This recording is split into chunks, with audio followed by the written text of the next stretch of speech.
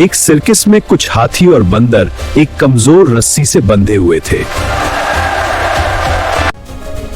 ये रस्सी तोड़कर भाग क्यों नहीं जाते? जब ये छोटे थे, उन्हें सिखाया गया कि वो रस्सी नहीं तोड़ सकते।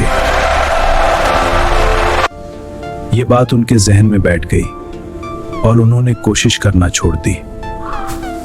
अगले दिन लड़के ने उन्हें अपनी ताकत आजमाने को कहा। चलो सब मिलकर देखें। हाँ, नीचे। उन्होंने हिम्मत की, रस्सी तोड़ दी और आजाद हो गए। एक खूबसूरत जंगल में दो बकरियां रहती थीं, जो हर वक्त साथ खेलती और खुश रहती थीं। एक दिन खेलते खेलते वो अचानक एक गहरे गड्ढे में गिर गईं।